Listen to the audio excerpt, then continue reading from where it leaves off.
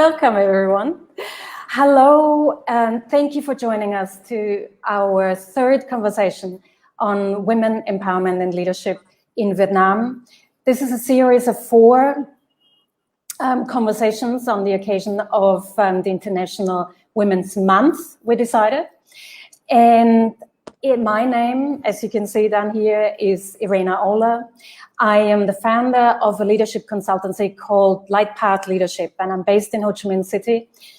And what do? We have this vision, Light Path Leadership has this vision of fully unleashing women's potential in Vietnam for the benefit of everyone, really.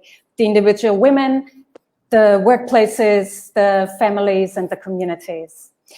So in this spirit, let me say a few more words about this collaboration, because I'm not by myself here. These conversations were initiated by Christina Amann from the platform Sustainable Vietnam. So thank you for putting us all together for this, Christina. And we also have another partner, HCMC Vietnam, who is very much in line with what we want to achieve here and their value of diversity and inclusion.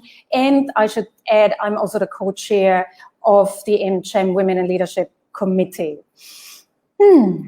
Now, our guest today, and you can see I am excited, our guest today, and thank you for joining us, is Julianne Cowley, the Australian Consul General here in Ho Chi Minh City. Hello.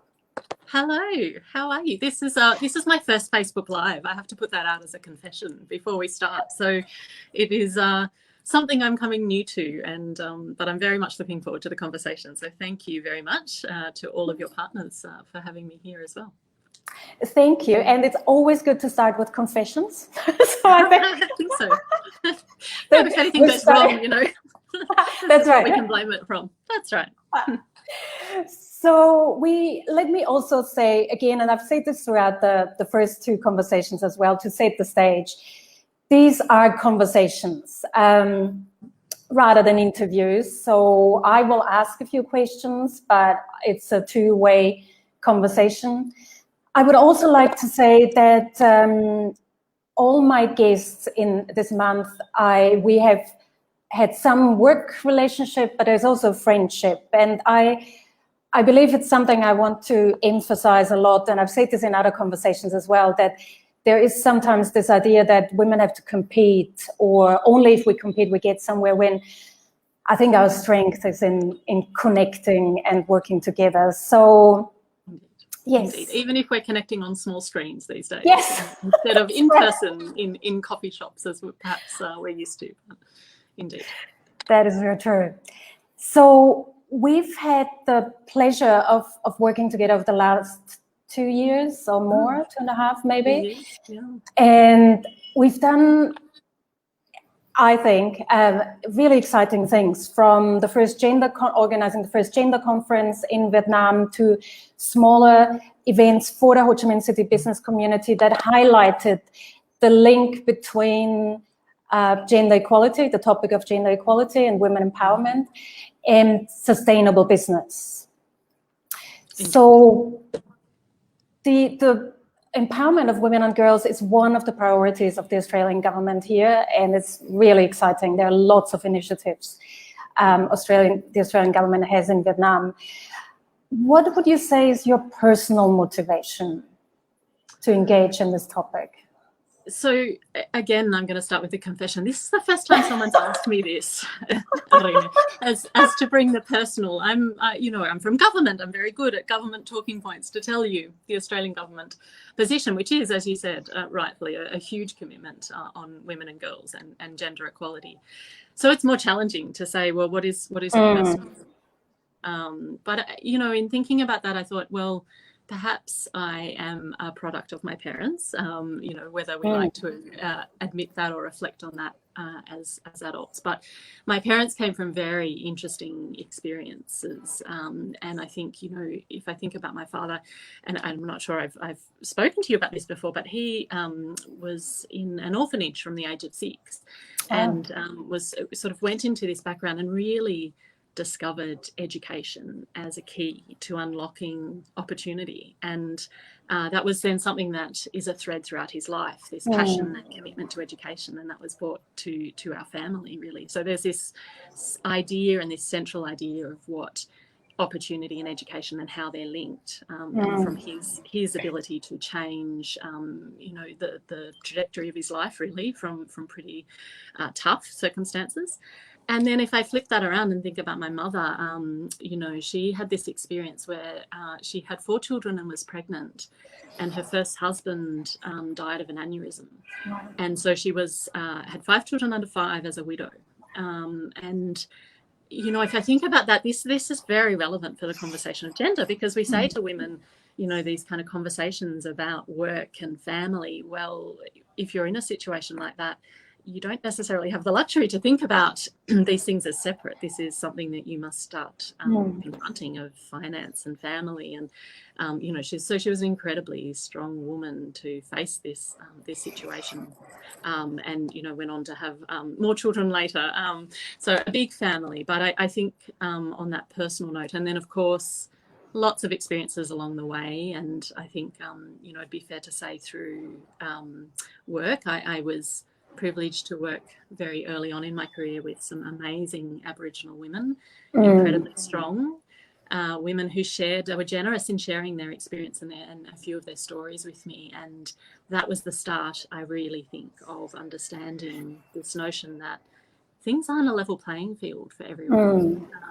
That might seem like a simple concept of course people should know that, but until people are sharing their stories and really their personal experiences. And so this is this notion of a strong drive for equality and for equity and justice. I think that social justice bent. But I think you've seen that too in the work that you've done, Irene, over the years, that notion of opportunity being available. It should be available to everyone equally. Yeah, isn't it interesting? Thank you. And I like confessions. We're a few minutes in and we have already... Oh, that's right. Setting the tone. I'm glad I asked, because especially in a role like yours, and especially representing a government that has this strong commitment, we forget that we're not just roles, or we're not just fulfilling these commitments of our employers, but we have personal stories and personal drivers. And I said earlier how my vision for, or part of the vision for my business here was to fully unleash, I said, the potential of Vietnamese women. And I certainly didn't come to Vietnam thinking, this is what I'm going to do, because that's what Vietnamese women need. It was a different story, partly shaped, of course, by my upbringing as well. And that was always a topic close to me. But I had come so used to working with men only. If you do leadership development, your clients are men. And I got very used to this, to the point that I didn't notice it anymore. So when I came here, that was very interesting, to keep on meeting some of the most remarkable women I've ever met. And I was like, wow, what's going on? And this set me on this journey to not just celebrate and highlight some of the women we already know, or discover new ones, but hopefully contribute to have more women unleash. Absolutely. And I think the way in which you do that is very unique. You have taught me a lot about the power of storytelling. And I think that's very different to bring, that this is, and, as you said at the beginning, the work that we've done together on conferences and things, they haven't been designed as that typical conference. It's been taking that notion of having a dialogue or a discussion or a conversation. And I think through the work that you do, it's understanding how powerful storytelling can be. And I know you've done a lot of work around that. It's still something new for me, but you bring that in a very powerful way. Thank you. Oh, now Now everyone will turn off. They'll be like, oh, they're just being confident. Yes, no. that's right. Yeah, it's too much. No. Serious questions to your audience. Serious questions. Because in our work together, one of the things we've come across, I think over the last 2 years, but recently especially, were certain belief systems or mindsets of people in Vietnam. And how it's articulated is by saying, well, actually, Vietnam is already quite equal, and there's no problem to solve. It's done. How do you who are, working for a government that's committed to women and girls empowerment and women in leadership, how do you respond to that? It's fascinating, isn't it, to keep and to hear it in different contexts of where it comes up, that gender's not an issue here. Because it is, by and large, there's so many examples. People work hard and they can make it. And there's these stellar, shiny examples of, incredible Vietnamese women, as you found when you came in, as I found as well, that are so impressive and stand out. But there's a story that's very easy to see just behind that. And I think for some people it's about data, and data talks, and there's a gender pay gap in Vietnam, as there is in Australia, as there is in majority of countries around the world. It's still that women are paid 11% less here. In Australia, that's 13.4%. So you can look at a gender pay gap. You can say, yes, okay, the labour force statistic is one that often gets quoted to me. Vietnam has an incredibly high female labour force participation. It's at 79%. And again, in Australia, that's only at 61%. So, we look at that and think that's fantastic, and there's room for us to be improving. But the real statistic is to look at, okay, let's look at the leadership and those management positions, and that's where the significant drop happens. And again, in Vietnam, it's 27% at that management leadership level, and in Australia, 37%. So even though it's a lower participation, it's still, we're seeing more women come through, but that's still not enough. And then that's a conversation about the systems and the structures that I really think we need to be having, because often this conversation quickly turns into, oh yes, but maybe women don't want those positions, or maybe women want to stay home, or maybe women, and so it comes back quickly to this notion of roles and family and other things. We need to make more space to think about our institutions and our structures, and are they equitable? And there's enough data that says no, not at the moment. Yeah, and it's really interesting, isn't it? Because these beliefs are not just held by men, right? We hear the same from women, that no, actually, look at all the women business leaders, especially. We're doing well already. So it's very interesting, and I've asked all my guests how to respond to that. And I often also think that it comes from a position of power as well, because I think a lot of the people who hold these beliefs are in a position of power, and they may not feel some of the pressures most women feel. They may have, or didn't see the barriers on the way through. So if it wasn't a challenge for them, or isn't now, and you're right that they've succeeded, then they're not seeing it as their own lived experience, that gender was an issue for them. So if they can succeed within the system, then perhaps the system's okay. Yeah. And in Western psychology, there's actually a term for this. So I think it's about 25 years ago or so, a psychologist, and she termed it second generation gender bias. So that's not the obvious one. That's not the one that also, let's be honest, exists in Vietnam, where, what was the stats I found lately? It's a few years old, but I think around 80-something% of the job ads for management positions are explicitly for men. So that's this is actual gender bias, as in women are just not cut out for leadership positions. But there is what was termed second generation gender bias, and that is much harder to detect.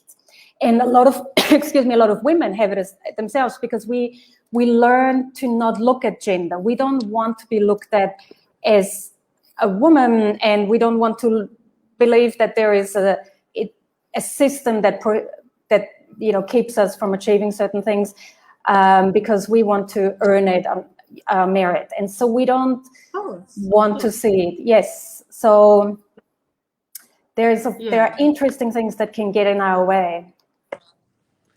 Yeah, no, I think that is an interesting concept, and that's really, I've heard that discussion a lot when the notion of targets comes up, or identified positions and all of that. But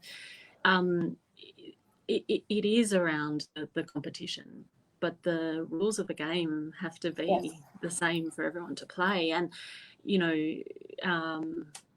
for everyone to have that equal chance and to be seen. And then also what we're valuing. And, I was struck recently, I was asked a question about women's leadership styles, and have you worked for a woman, and what was that like? And, and I know that the expected answer was to say something along the lines of, oh, well, women leaders, they're very empathetic, and there's a high IQ, and they're collaborative leader, and all of those, for want of a better term, soft skills. We forget to say that, okay, there may be some truth in that, but that's in addition to the women who already bring budget, planning, strategy, crisis managers, tech innovators, the hard skill set, if you like, that is very much valued in these times in COVID, where companies are looking for leaders that safe pair of hands and won't be a risk. We forget to say that women have all of that, because they do. And therefore, if we're not seeing the even numbers of equality in leadership, it's about the structure and the system that we need to look at. Yes, and yet these things, if we talk about structures and these big topics, they seem sometimes, or they can seem like, oh, that's just too hard. Like, where do we start? And and it's really like, oh yeah, we've tried, but no. And so one of the things that we've tried over the last few years, if I may say so, is to not just bring the topic to the business community, but very practical examples of what people can do. And I often say I'm a fan of small things, something where we feel we can actually make a difference, and we can take action, which then empowers us to do even more. One topic we had both in the gender conference but also in other events were around the involvement of men. Yes. So yes, and how we can engage them more, to take responsibility, to step up besides women, and accelerate this process of putting more women into, or creating equal opportunities and putting more women into leadership. If you look back over the past 2 or so years, what would you say you've learned? What are ways to engage men? So I'm going to talk briefly to you said you're a fan of small things, so am I, but I think it's time. It's time for big change, and it can happen, big structural change. I am really proud of my organisation. The Department of Foreign Affairs and Trade, a long-standing institution. It took us 116 years to have our first female leader.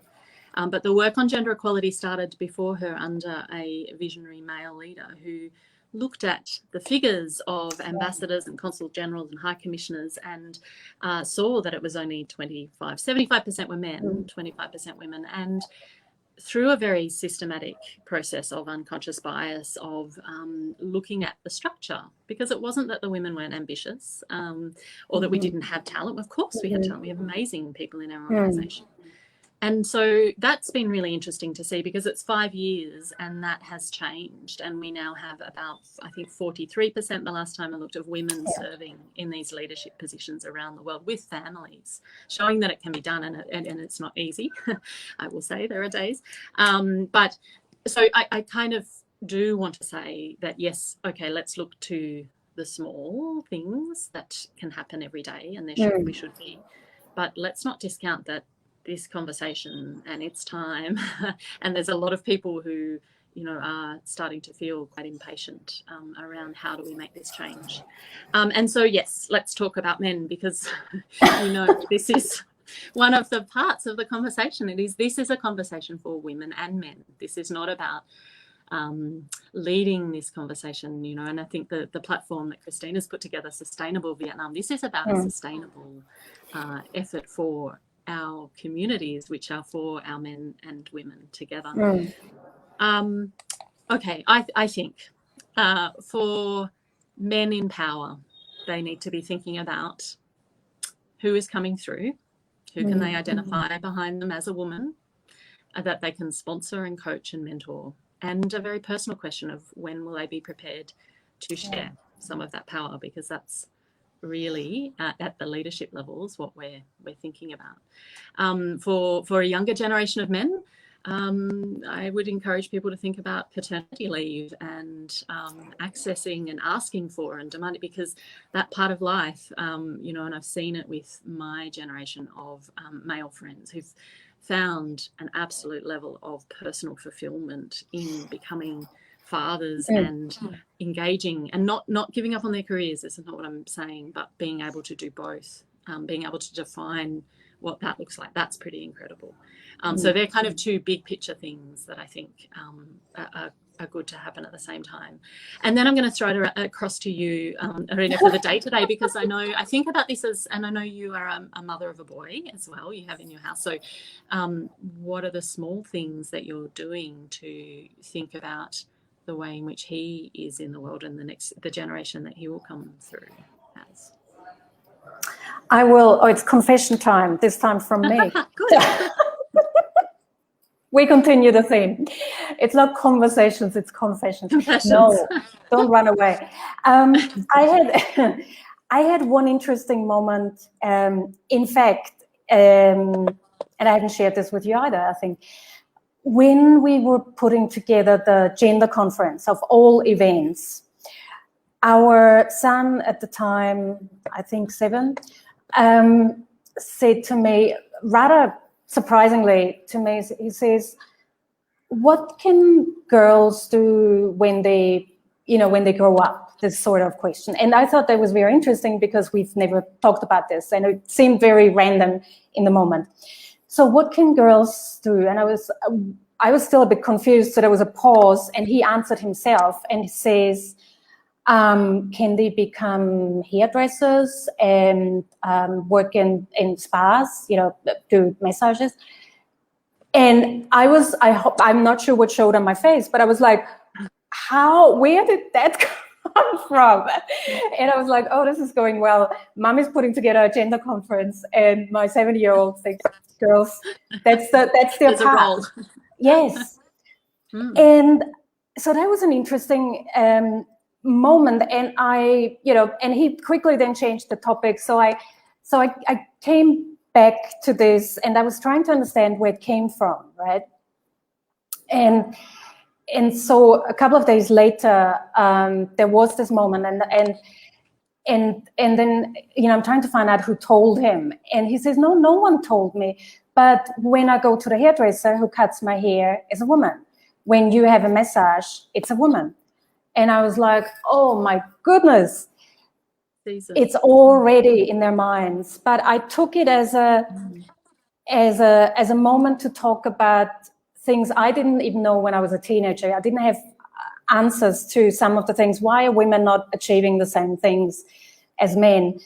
And so I talked with him about education and how for the longest time women didn't have the same access to education, and especially in Vietnam, a lot of parents make a decision to send the boys rather than the girls. And then he interrupts me and he says, oh, but that just creates more work for the parents. I'm thinking, what? And he's like, yeah, because then they have to make all the books for them and have to teach them at home. That was pre-COVID. And I was, God bless, because what it showed me, it didn't occur to him that girls wouldn't get education. They just, yeah. And so, but yes, point being, there's a lot of conversations to have, and not just leading with examples. So it's important to me that he sees his mom going to work as well, and putting an equal value on this, like his dad. But it's we can't forget how much they're shaped by what they're seeing every day. And yeah, that's right. That context piece is, I love that story that he's asked you. That's lovely. And it was, sorry, go ahead. Oh, no. I think that's it is lovely to remember the perspective that the next generation have, and where are they absorbing that from, and what that looks like. And I think, the other part that leads into is the context for adults and what we accept unconsciously. And that happens around us. So, if you're not in a position, or you haven't, I think everyone watching this will be in a position to change the system somehow, go out there and make big changes. But if you feel as though you're not, then the next thing I'd say is be aware of who's in the room. So what meetings you're in, or, whatever your context is, who's in the room, where are they sitting, and who speaks first, and who speaks the loudest.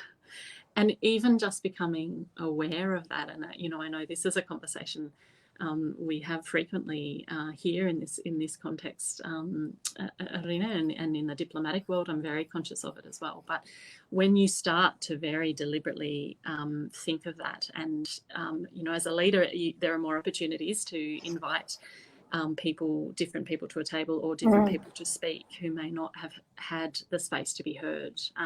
But it comes through in panels and workshops and a whole range of contexts. But I think that's a very practical thing people can just start becoming aware of, who is speaking first, and where are people sitting, and who's actually even being invited in the room as a start. Very nice. And I hope everyone of you listening right now, but also listening to it afterwards, it's one thing we can do all right away. And notice, and as women notice, am I taking the space I want to take, or am I kind of leaning out and leaving space to other people? And in a household, my daughter is the middle girl. She has an older brother and a younger brother. They have a lot to say. They're wonderful, but, she needs space. And watching kind of, and making sure that they're even in our house at that level, that there is equal space created for her. I'm only now looking at questions, and we're almost on the time, but let me see. Well, first, thank you for sending questions and comments. Here it is. Oops. Someone just said, Tracy said, spot on, Julianne. So I'm passing this on right away. Wonderful. Dana's talk is saying how important it is to point out bias when you see it or experience it, to help others to become more aware. Absolutely. Thank you. Yes. Because, and I'm sure a lot of us have observed that, how much we get used to. So we just get over it. And so, yes, let's name it when we can see it. And Colette is asking how to combat second generation bias. Yes, not easy, but one step is to just, get familiar with the concept. So, learn a bit about it, how it shows up, because it shows up often, first, not overtly, and second, quite